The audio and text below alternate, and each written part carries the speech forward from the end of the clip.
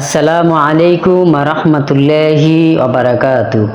সম্মানিত দর্শক শ্রোতা, দিনদার ইমানদার ভাই এবং বোনেরা, আজকে আমরা জানব বন্যাগ্রস্ত বা বিপদগ্রস্ত মানুষদেরকে সাহায্য করলে আল্লাহ রব্বুল আলামিন এবং আল্লাহ রসুল সাল্লাল্লাহু আলাইহি ওয়াসাল্লামের কিছু সত্য সপ্রিয় বাণী, যা দ্বারা আমরা বর্তমান সময়ের যে সংকটময় সময়টি আমাদের দেশে চলছে, সেই সময়টিকে আরও যেন মন থেকে উৎসাহ নিয়ে আরও যেন আমরা বিপদগ্রস্ত মানুষদেরকে সাহায্য সহযোগিতা করতে পারি।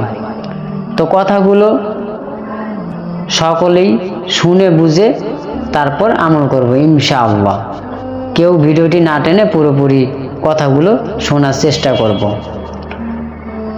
বিপদে পড়া মানুষকে সাহায্য করার উপকারিতা প্রাকৃতিক দুর্যোগ, মহামারী, বন্যা, জলোচ্ছ্বাস সহ নানান বিপদে আক্রান্ত মানুষের উপকারে এগিয়ে আসা প্রতিটি মানুষের নৈতিক দায়িত্ব।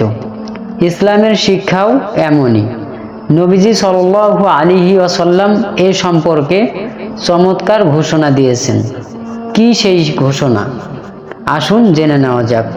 রাসূলুল্লাহ সাল্লাল্লাহু আলাইহি ওয়াসাল্লাম বলেছেন, যে ব্যক্তি কোনো মুমিনের দুনিয়ার কোনো একটি বিপদ দূর করে দেবে, আল্লাহ তাআলা আখিরাতে তার একটি কঠিন বিপদ দূর করে দেবেন।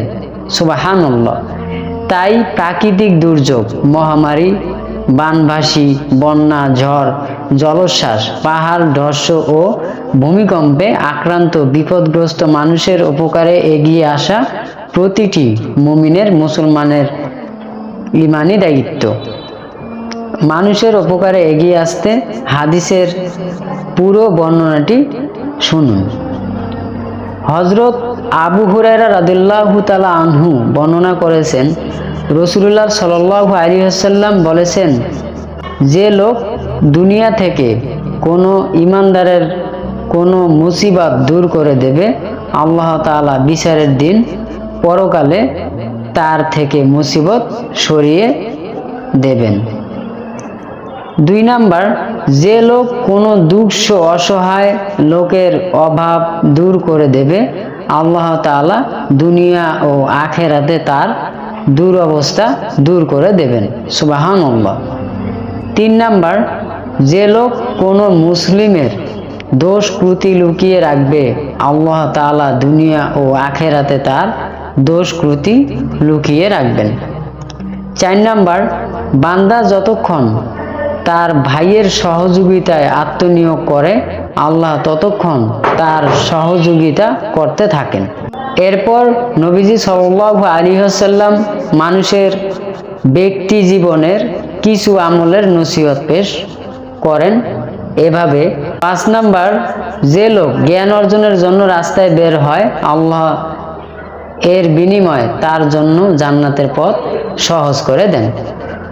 6 নাম্বার, যখন কোনো সম্প্রদায় আল্লাহর ঘরসমূহের কোনো একটি ঘরে একত্রিত হয়ে আল্লাহর কিতাব পাঠ করে এবং একে অপরের সঙ্গে মিলে কোরআন অধ্যয়নে লিপ্ত থাকে, তখন তাদের ওপর শান্তিধারা অবতীর্ণ হয়, রহমত তাদেরকে আসন্ন করে ফেলে এবং ফেরেশতাগণ তাদেরকে পরিবেষ্টন করে রাখেন।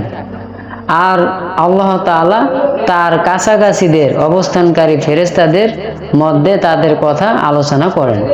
আর যে লোককে আমলের পিছনে সরিয়ে দেবে, তার বংশ মর্যাদা তাকে অগ্রসর করে দেবে না। মুসলিম শরীফ। মানুষের মুসিবত দূর করে দেওয়া, দুঃস্থ মানুষের অভাব দূর করে দেওয়া, বিপদগ্রস্ত অন্য ভাইয়ের সাহায্য সহযোগিতা করা, সহযোগিতামূলক যে কোনো কাজে নিয়োজিত থাকা ব্যক্তিদের দুনিয়া ও পরকালের কল্যাণে নিয়োজিত থাকবেন স্বয়ং আল্লাহ। শুধু তাই নয়, যারা বিপদগ্রস্ত মানুষের উপকারে নিয়োজিত থাকবে, আল্লাহ তাআলা তার কাছাকাছি ফেরেশতাদের মধ্যে এইসব উপকারী মানুষ সম্পর্কে আলোচনা করবেন, তাদের দুনিয়া ও পরকালের কল্যাণে নিয়োজিত থাকবেন। বানভাসী, বন্যা, ঝড়, জলোচ্ছ্বাস, পাহাড় ধস ও ভূমিকম্প আক্রান্ত মানুষের উপকারে সাহায্য সহযোগিতায় এগিয়ে মানুষের জন্য এর চেয়ে বড় সৌভাগ্যের ঘোষণা আর কি হতে পারে।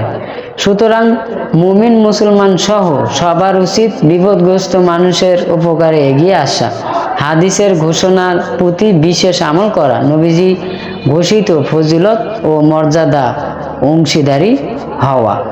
সম্মানিত দর্শক শ্রোতা, দিনদার ইমানদার ভাই এবং বোনেরা, এতক্ষণ ধরে আমরা যে কথাগুলো শুনলাম, বর্তমান সময় সংকটে যে পরিস্থিতি আমাদের বাংলাদেশে অবতীর্ণ হয়েছে, সেই পরিস্থিতির প্রেক্ষাপটে আমি এই হাদিস এবং কোরআনের বাণীগুলো আপনাদেরকে জানালাম, যাতে করে